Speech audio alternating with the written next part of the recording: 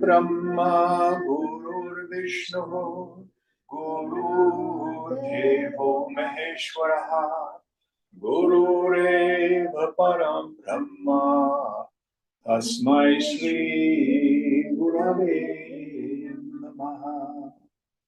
Chinmayam Yapyat Sarvam, Trilokyam Sacharacharam, Atpadam Darshitam Yena, Tasmai Shri Gurave Namaha. Tvameva Mata cha Pita, Tvameva Bandhuscha Sakha, Tvameva Vedya Dravidam, Tvameva Sarvam Mama Deva Deva. Tvameva sarvam mama deva deva. Jai Guru. Om Bhadram Karme Vishwinuyama Devaha, Bhadram Pashe Makshabhirya Jatraha, Sthiraya Rangai Stushtuvagung Sastanubihi, Yashema Devahitam Yadayuhu, Swasti na Indro Vridhashravaha, Swasti na Pusha Vishwavedaha, Swasti nastarksho arishtanemihi, Swasti no brahaspatir dathatu. Om Shanti, Shanti, Shanti.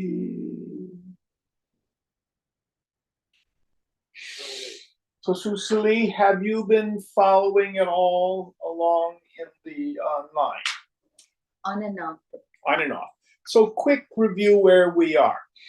So, these 6 students come to the ashram of the sage Pipalada, and he makes them wait for a year, doing seva, doing service, chanting, etc.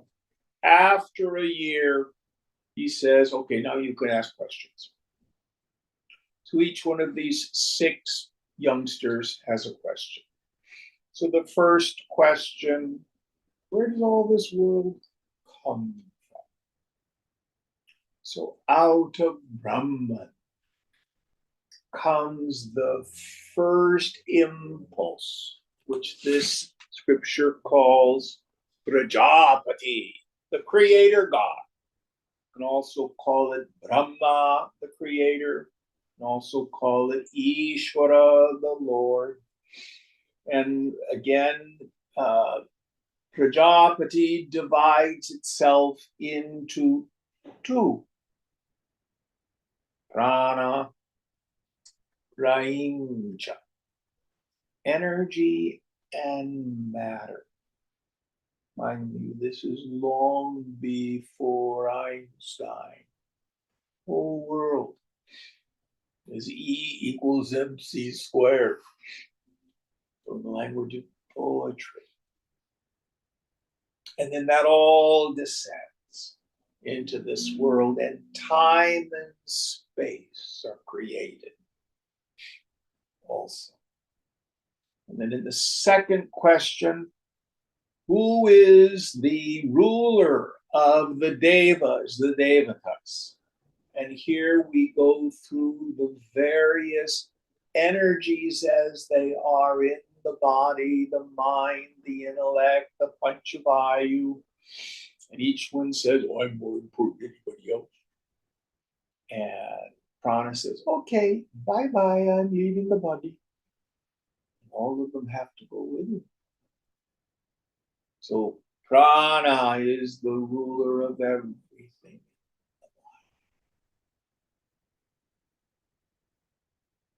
And then we had in the third question this understanding of how does this prana function microcosmically and macrocosmically.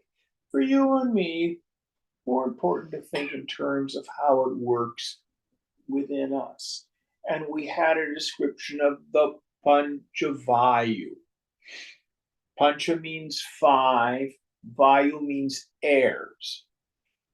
Prana is not really air or breath, but control of the breath helps us control the prana. This is the whole science of pranayama.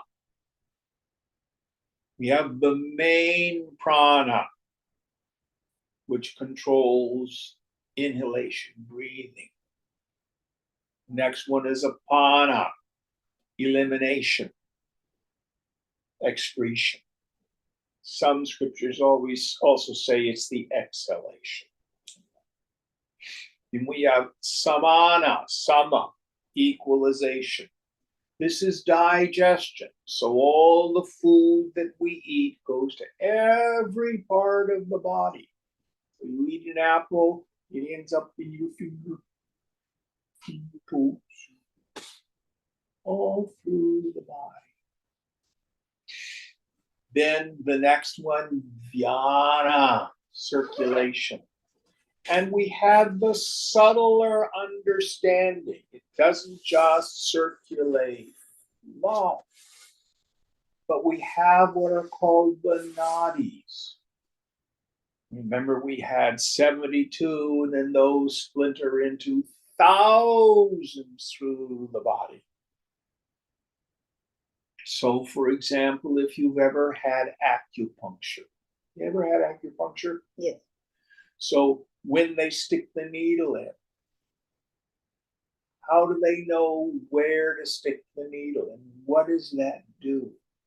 What it does is it stimulates, deals with the movement of prana, the dhyana, through these nadis, through these subtle energy patterns, through the body. Fascinating science. We had a little bit of talking about the fifth one, Udana. Normally, when I'm teaching on the Panchavayu, I'll say Udana governs thinking, but it has another function, the ejection button. So, at the time of death, it is the Udana that ejects the whole subtle body out of the physical body. And there's another place where Udana functions. Anybody remember from last time?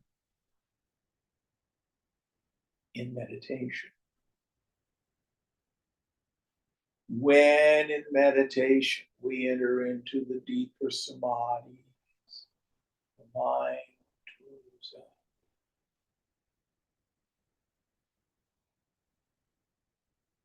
Get the sense of myself. Just that space of consciousness.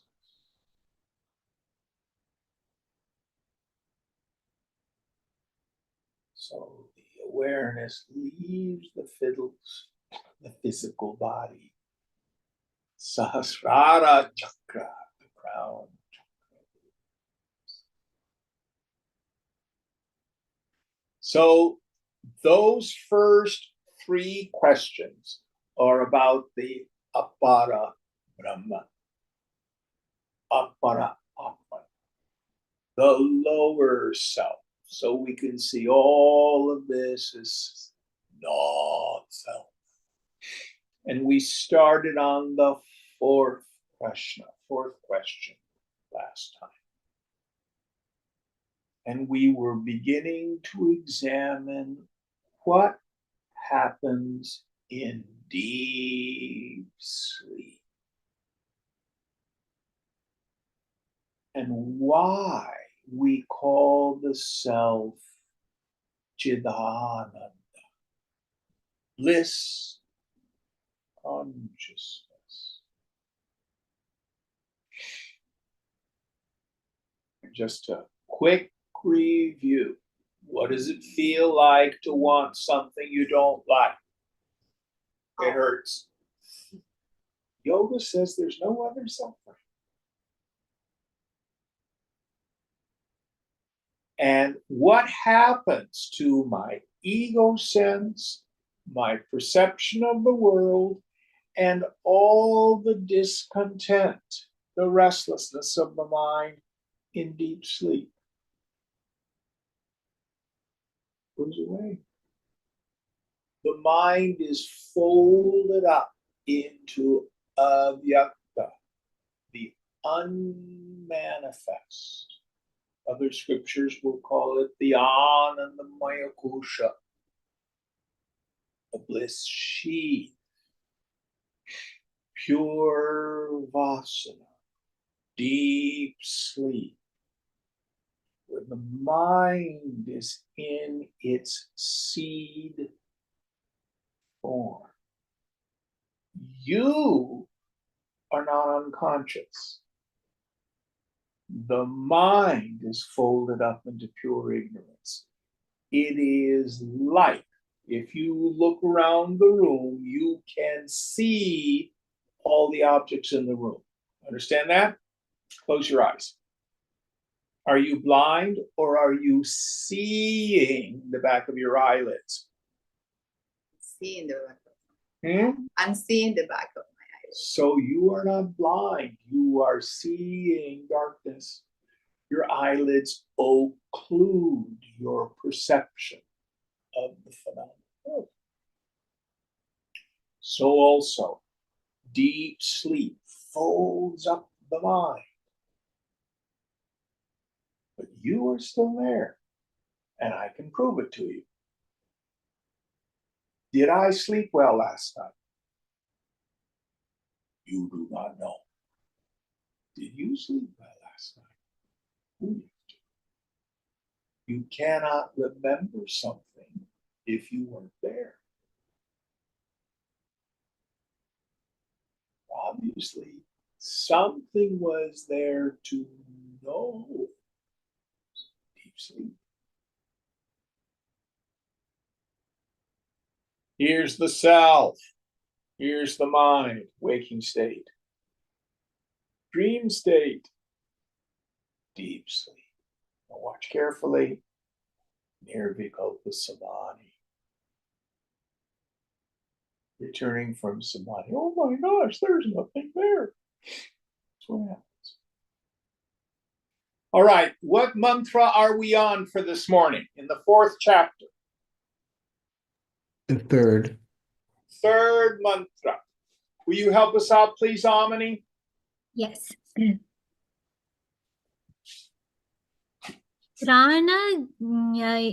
प्राणज्ञय एवैतस्मिन् पुरे जागृति गार्हपत्यो हवा एषोपानो व्यानो अन्वाहार्यपचनो यद्गार्हपट्यात् प्रणीयते प्रणयनात् आहवनीयः प्राणः.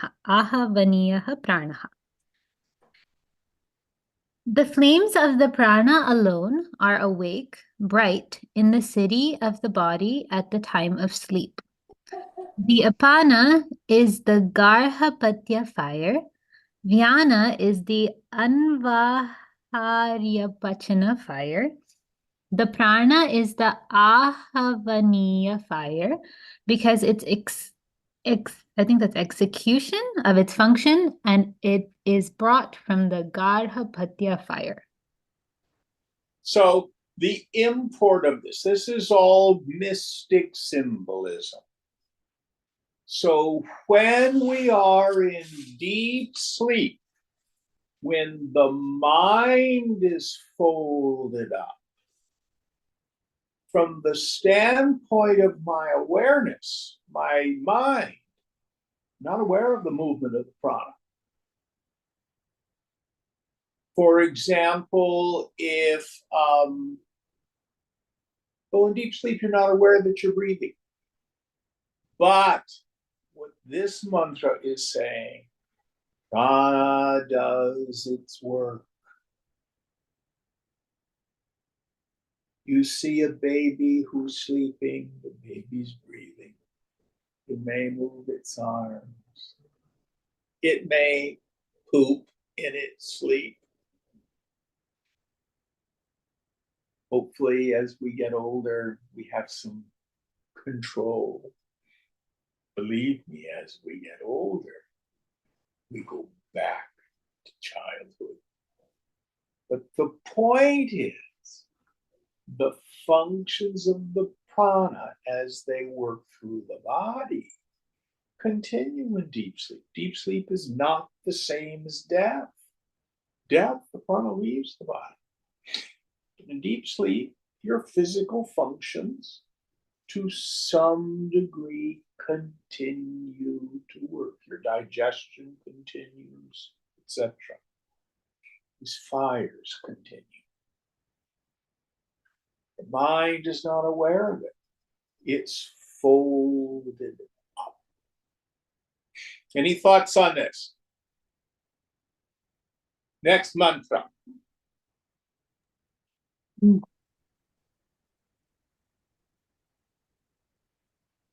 Yad uchvasa nishwasa veta vahuti samam nayatiti sa samanaha manoha vava yajamanaha ishtafalamevo danaha sa enam yajamanam aharahar brahma gamayati. Because the samana distributes equally the oblations in the form of inspirations and expirations, he is priest, hotar. The mind is indeed the sacrificer, yajamana, and the udana is the desired fruit of the sacrifice.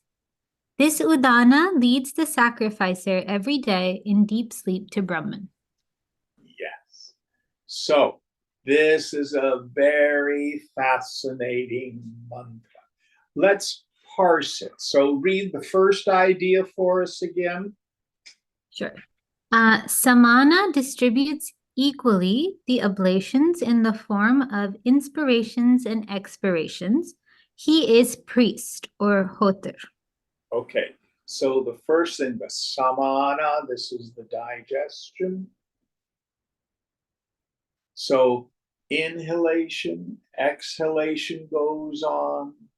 We still have all the energy in the body. And this powers the digestion and assimilation of all the stuff that we've consumed. The fuel that acts as the priest. You got to think in terms of the Vedic sacrifice. The priest is putting all the various oblations into the Agni, into the fire. What happens in deep sleep? The udana comes home to Brahman. Now listen carefully. This is not self-realization. This is a kiss of the bliss of Brahman, because the mind is still in ignorance. And there's so much implied in this. I had some friends who were in another tradition, the transcendental meditation tradition. They would get a mantra. In those days, you paid $35 to get your mantra. And when they would meditate, I would notice that their heads would drop. Oh, I had such a lovely meditation. That is not deep meditation. That is called manolaya. Laya means dissolving. So in deep sleep, the udana goes into laya. It rests in the lap of the mother, you might say.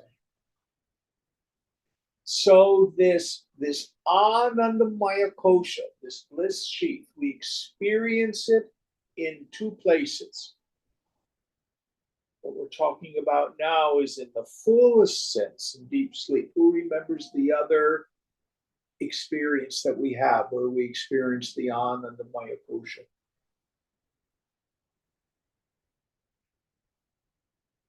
The bliss sheet.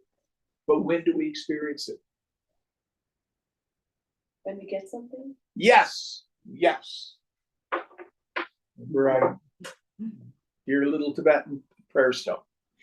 So I have a desire. Then in my mind, I decide what it is I like. What person, place, thing, or situation. I determine that's dear to me. Priya. Then what do? I struggle to get proximate to that person, place, thing, or situation, called moda. Then if I'm successful, desire and object of desire become one.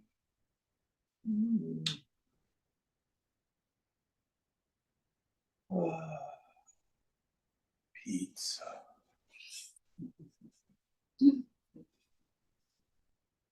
Pramoda, the point of pleasure. That's the udana coming into the unmanifest. Now it will vary in intensity and it will vary in duration, depending on how badly I wanted the object and how successful I've been in getting what I want. I really wanted it a whole lot, and I'm really successful at getting it. Oh, yeah! But if somehow I get it and it's not what I thought it would be, not so much pleasure. Or if well, this will have to do, not so much pleasure. And there's a gradation depending on how gross or subtle the object is. If it is a gross physical object, the experience of pleasure is usually very intense, but very short-lived. Pizza's good, but if you go out to dinner, even if it's at a fancy restaurant, what is it, an hour or two? It's done. Sex. How long does it last? A massage. A concert. Intense but short-lived. If we go to something more subtle, more difficult to achieve, but the pleasure is more enduring. for example, satisfaction with work achieved. If you're doing really well, you translate for someone and they're so grateful for how you've helped them. That can give you joy for quite a while, can't it? Our good friends, family, love, attention, approval.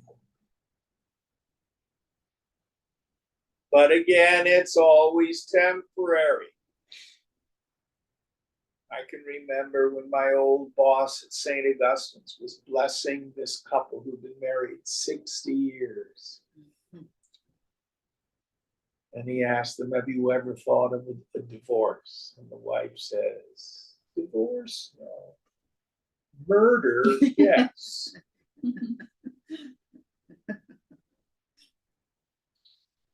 And the people who are laughing are the married ones.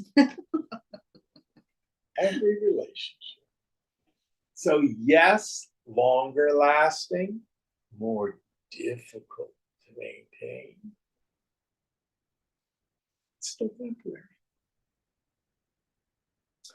And the subtlest objects are ideas.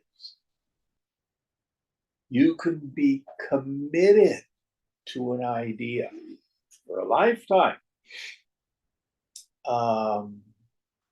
Some of our Sangha are very committed to the idea of animal rights. They work tirelessly for it. You work a lifetime for something like that. Social justice. You can work a lifetime for something like that. Some political idea, LGBT rights. You can work a lifetime for something like that.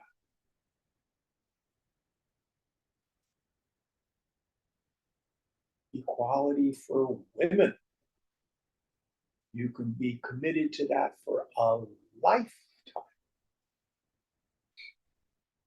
Very difficult to attain, but long-term satisfaction.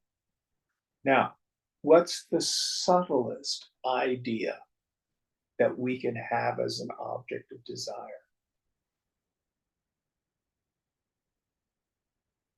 Who knows? Idea of God? Yes, our idea of God. So if you are a bhakti yogi, you can love God. Yeah, we have problems. Depending on our idea of God, do you think your God can be disappointed in you? Do you think your God can be angry at you? Do you think you can move away from God? Oh, I have not prayed. I'm not close to God. My God, why have you abandoned me? That's what the psalmist says. God doesn't move. It's my mind that moves away from God. That's the subtlest idea. But the whole idea is it's still the same. When desire and object of desire become one, I get a kiss of the bliss of myself, of Brahman.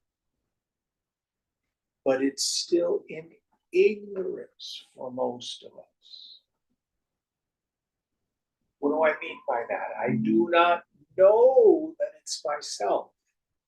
I think it's the person, place, thing, or situation, which then compels me to want to repeat that. And even in deep sleep, who here themselves has suffered from depression or who's had a friend who suffers from depression? and how much you crave sleep. Anybody gone through that? Oh, I'm sleeping 12, 13 hours a day. Why? What happens in deep sleep? The depressed, unhappy, suffering mind goes away. It's folded into unmanifest. But even then, it's temporary. This is why people smoke dope, drink alcohol, shoot heroin. It's to move away from the tribulation of the udana,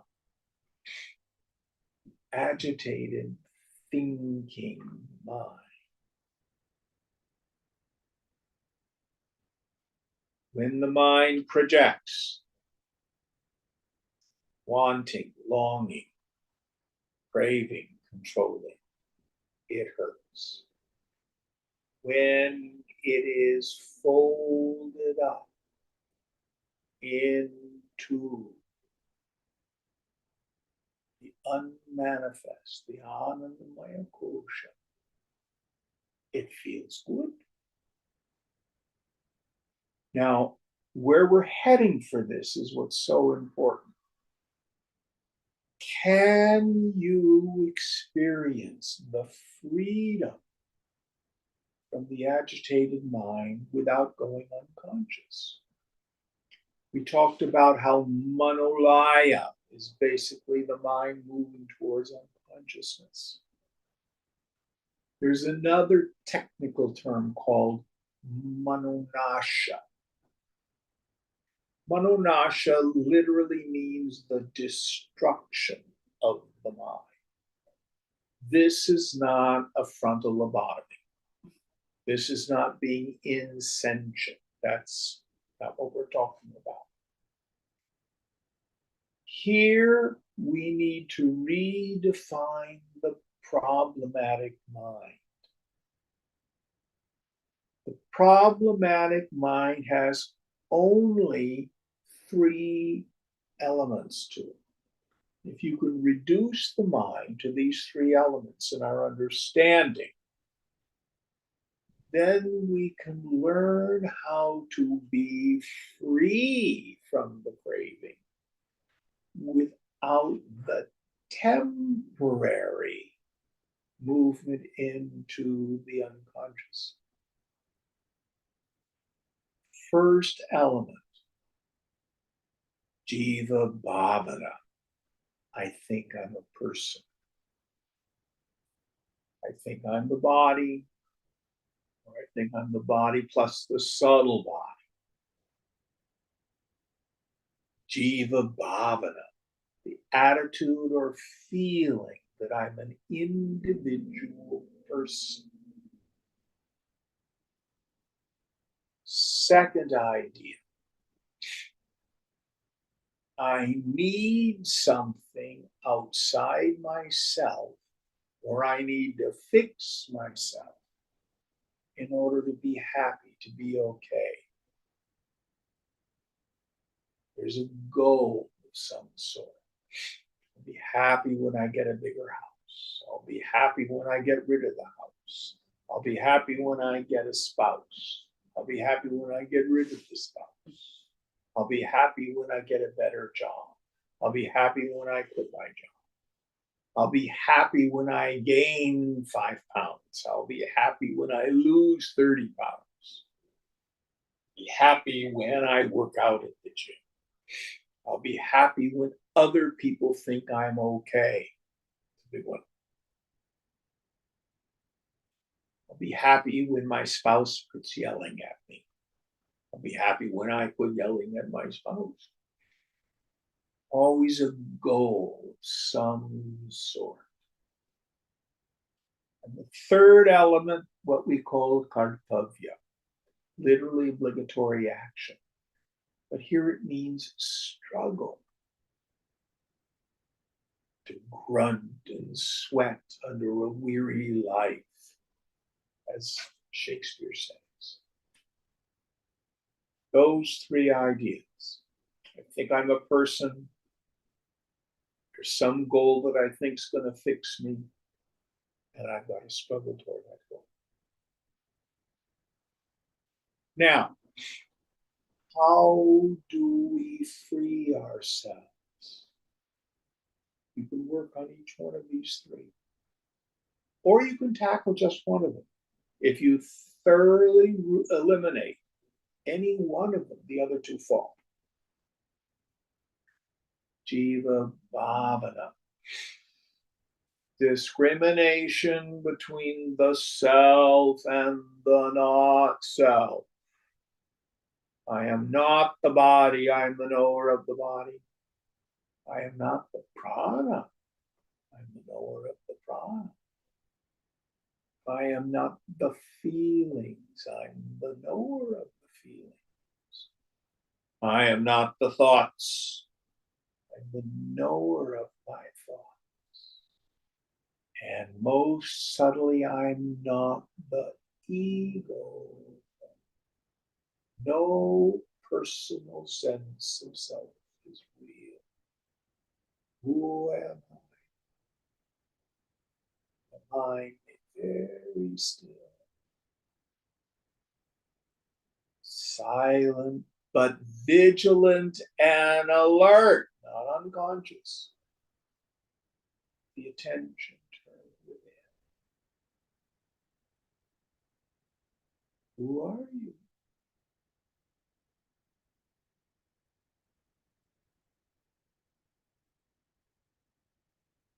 See, I'm that vast, empty space of pure awareness.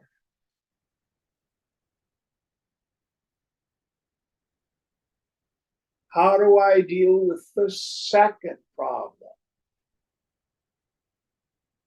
This world comes about like a dream. How has the world come about? Sankalpena, by means of imagination. There's the imagination of the infinite, which is essentially neutral. The speed of light is not good or bad, it just is. Black holes are not good or bad, they just are.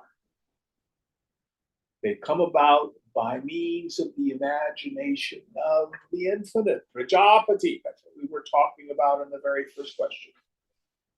But then there's my imagination as an ego. Good and bad, right and wrong, just and unjust, pleasure giving and misery producing. All of that is the imagination of my mind, which I superimpose upon the imagination of the infinite. There's the initial adhyasa, superimposition of the infinite.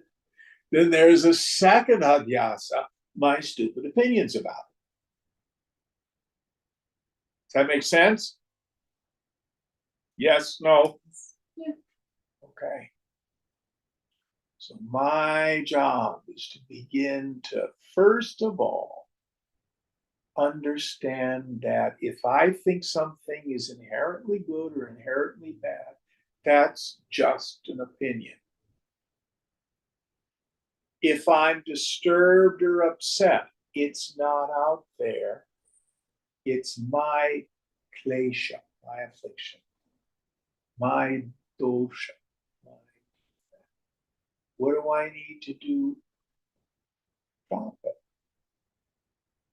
Mind you, this is not a determination that the world is right and I'm wrong.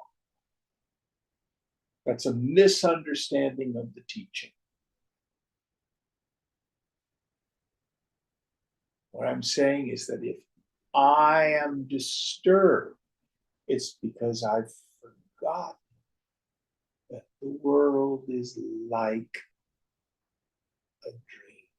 When you wake up in the morning from a pleasant dream, as opposed to waking up in the morning from a nightmare, which is more real, the pleasant dream or the nightmare? They're both not real. Both are not real. So our practice is, let it be. Don't take it seriously. Stay out of the dead past. That's just imagination. Stay out of the unborn future. It doesn't exist. It's just imagination. Be present to this intense, direct perception of the now.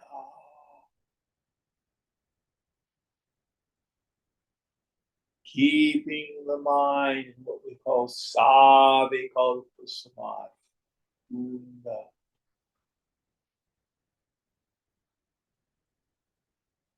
Simply see the world as it is.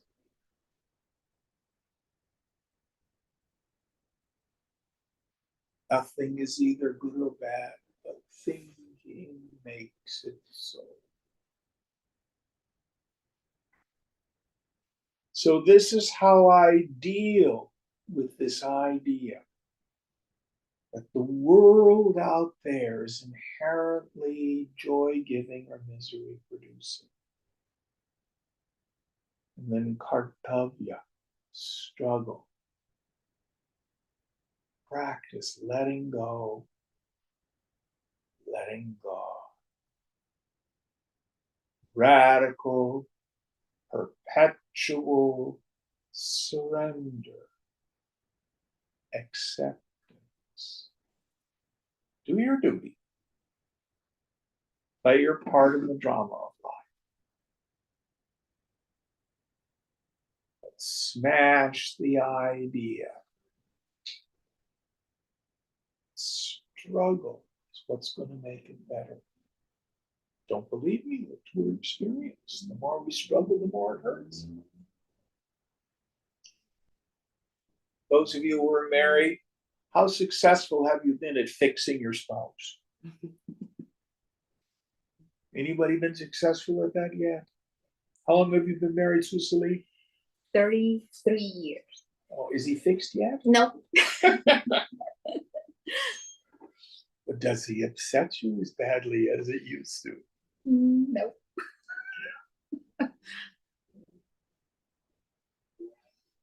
Oh, he's the perfect person for me. Wait till I finish fixing you. Then it'll be even better.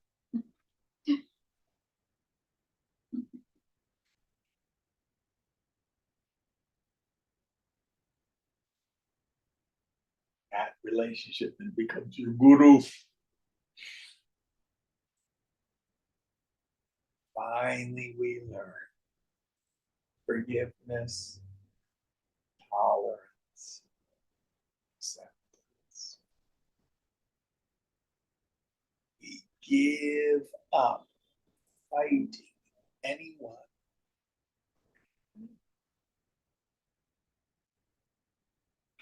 Those three ideas. Then what happens? Mind.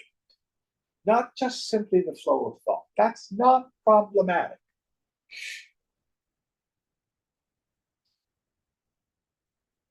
It's these three ideas. And the whole structure of ego, the whole structure of samsara is based on those three ideas. So yoga says it's possible to be jivan mukta, liberated, while here in this very body. When I know who I am, when I know what this world is, And I know it's causing the suffering.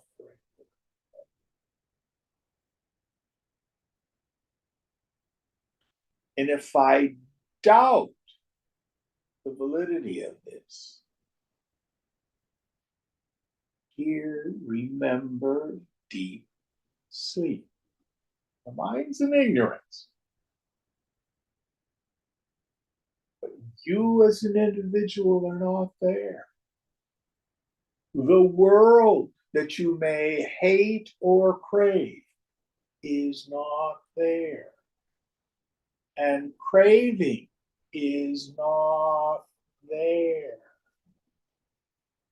So you get a kiss of the bliss of Brahman. The Udana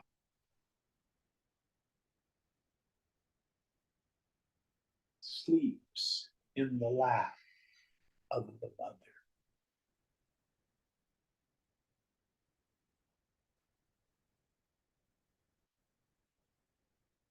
Incredibly important teaching.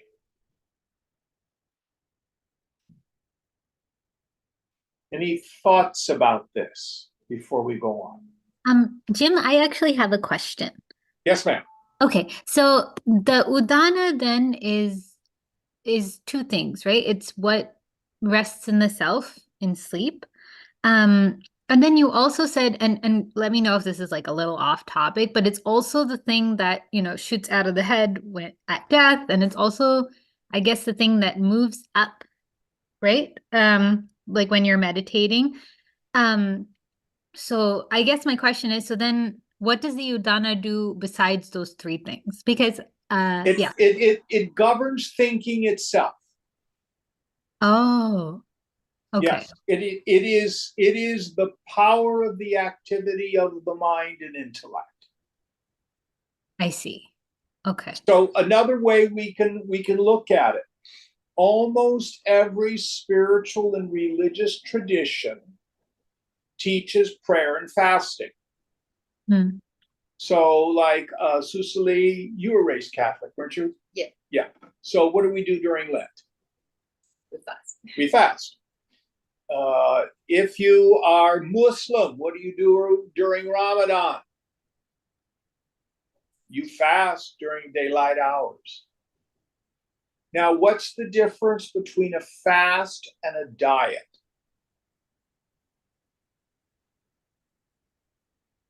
I'm going to go on a diet. What's the difference between, oh, I'm fasting? Not eating versus restricted eating. Not so much. Fasting is for spiritual reasons or religious? Yes. Hmm. That's why in all the traditions, it isn't just fasting, it's prayer and fasting, is how they usually frame it. And I'll tell you what happens.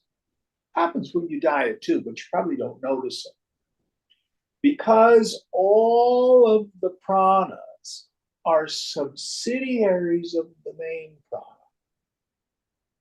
When you fast, all the prana moves into the heart. All your senses become incredibly sensitive. If you fast with no food at all, after 3 days, you don't even get hungry. But what it does is slow down the frequency of thought. The mind itself starts to slow down. Now, if you go without food for too long, then you can't think. But it can be an aid to meditation, to fast, because it reduces the udana. Does that make sense? Yes. I also have a follow-up question. Follow up. Okay. I guess I'm a little like you mentioned how sometimes if you're in deep meditation or you've been meditating for some time, you can feel like the upward like kind of like in your head, you can feel a force kind of moving up, right? Mhm. Um, so that's Udana. What's happening there? Like I just ignore it because I know you always say like, if it's happening in your body, ignore it. But what is that? You're right. That's the Udana. There is a whole teaching around this called Kundalini. Kundalini is the coiled serpent Hmm. that lies at the base, the Muladhara chakra. Right. And in Kundalini yoga, you actually go through pranayama and visualizations to move that energy up. In jnana yoga, it is an effect, not a causative agent. We don't force the Kundalini. Hmm. But many of us, as we meditate, in a sense, if you're doing who am I, subject object discrimination, we're opening the crown chakra first. But Right. many people will feel energies moving. They'll feel buzzings in various energy centers. This is Right. all natural. You don't want to force the Kundalini without the instruction and guidance of someone in that tradition. I've practiced Kundalini yoga, but I am not a master of it in any way, shape, or form. And it's been 50 years since I've done it. Hmm. 55 years. Hmm. I quit doing it before you were born. Fair enough. But Yeah. it's all part of the movement of this prana, this energy, this Shakti in the body. Yeah. I think I notice it as an effect, like you said. It's not like It trying is to force it effect. up, but effect. Yeah. And it is a trap to get caught up in that. Then Hmm. some people get sidetracked and they're all attached to the movements of the energy. And then, it can start emotional release. And they think, oh, I'm getting close to God because, and I'm shaking and all this kind of stuff. And that's nonsense. Don't stop it. If you're in meditation, all of a sudden you start to weep and weep and weep. Just do it. Or you're in deep meditation and all of a sudden you're overwhelmed by lust. That's the Kundalini rising to the second chakra and just kind of getting stuck there for a while. All you need to do is notice it. Don't go act on it. Hmm. Keep meditating. Sounds And it good. will pass. It will move. Yeah. Yep. That was my question. Thank you, Jim. About lust? No. About the Udana, like what exactly it is. Okay. Yeah. All right. Golly. I have one Okay, go ahead. Excuse me. We talked about how the world is inherently not good or bad, like black holes they just are, even though it's actual destruction that's happening in the black hole. Yes. It's just is. But we are able to see, even though that is destruction, I can see that, okay, it's just a black hole, and that's just is. It just is what it is. But now in this world, unjust things are happening as we speak. Children in the Middle East are suffering right now. But I can't approach that the same way I can approach a black hole. Yes, you can.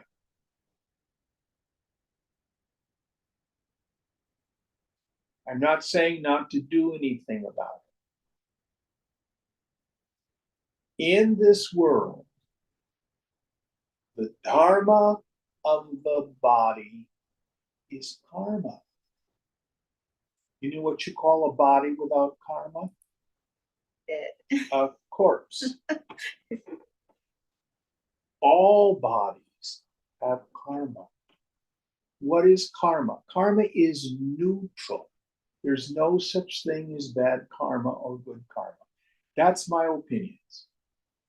Karma is the inevitable energetic reactions, results to prior energetic actions. Think of it like if you drop a pebble into a pond, the waves go out and then the waves come back. So if you're out in the ocean on a boat and there's great, big, huge waves, it's still just the movement of tide and wind. There aren't good waves, bad waves. Now again, listen carefully. In this world, we do not get what we want. And we do not get what we need. Ask the children in Gaza. We get the inevitable results of our past actions as they interface with the society at large's karma. Now, I'm sure if we could research it, we would find Palestinians who got on an airplane and flew to Saudi Arabia or Pakistan and escaped the terrible violence. I'm sure there were Jews in Israel who lived in the South, who somehow weren't there. They were visiting family in America when Hamas came and slaughtered all those kids at the rock concert. We hear stories about this all the time. Someone who was supposed to be on an airplane flight, the airplane crashed, but they missed the flight. Now, I'm not saying the people in Gaza are bad, wrong, evil, or getting what they deserve. I'm not saying that. We have no idea what past lives have been. But destruction is part of this world. All forms come into existence, manifest for a while, go out of existence. The chains of causation are old, long, and complicated. I'm certainly not smart enough to understand. So what can be done about it? That's karma too. If you feel moved to do something, let's talk about the violence in the Middle East. Call your legislator, write checks to Doctors Without Borders, write a letter to Netanyahu. I don't know, do something. But let me tell you something else. Worry, righteous indignation, and anger are not effective tools for much of anything. Flaming on Facebook doesn't change much of anything. But that doesn't mean we are not moved to take action. I have another student who's, brilliant academic. He's working on his second PhD. He speaks 9 or 10 languages. But he's also an activist. And he always has this tension in his life. Should he be out on picket lines, protesting, being a in the field activist, or should he be writing and trying to make a difference by publishing things that will change people's minds at a different level? Both are actions. They're very different. Only he can decide what's his product. Is this useful? Yeah. Now, getting upset about what's happening in Gaza is just selfish indulgence. Do something. Do you see the difference? Mhm. Now, if you watch the movie Gandhi with Ben Kingsley, one of the things that's so marvelous, how historically accurate it is, I do not know. But Gandhiji in the movie does not hate the British. He said they are our elder brothers.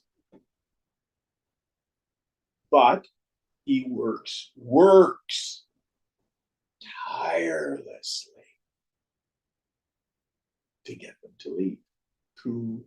People say, is Gandhi a pacifist? Was Gandhi a pacifist?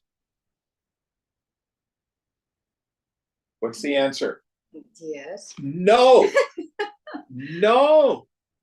He wasn't passive about anything. It was satyagraha, active non-violence. John Lewis was not a passive man. He had a sit-down protest of other Congress people on the floor of the US Congress. Stopped the whole thing, ground it to a halt. He knew how to do active nonviolence, which is different than throwing bricks. So I will not advise you whether or not you need to take actions to make a difference in this world. If you do, I think it's marvelous. But sitting at home, watching the news and being angry is not an action.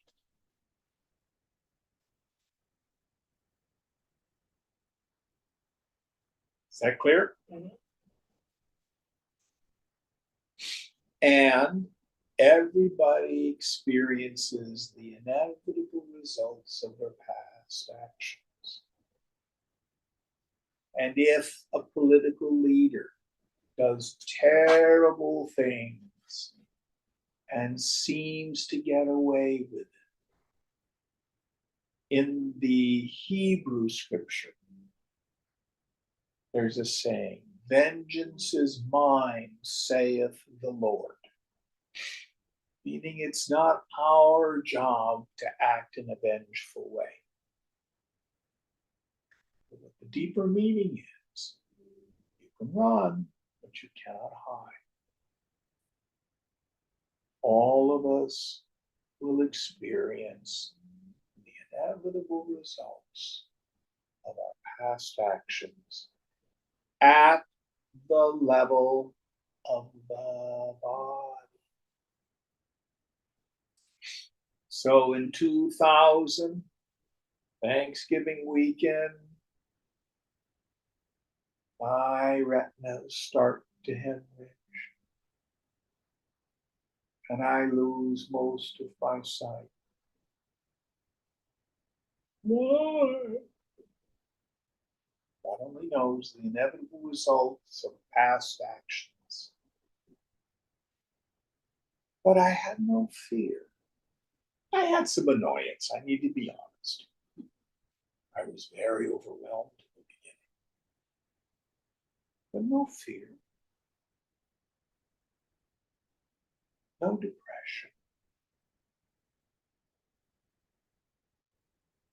Everything then becomes gift for the yogi.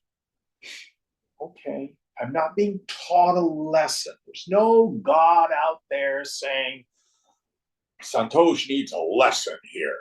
There's no such God. But everything can be useful Okay, what can I learn from this? How can I use this experience deepen my sadhana, deepen my practice, continuing that second idea we talked about, letting go of my attachment to experiences gained from senses.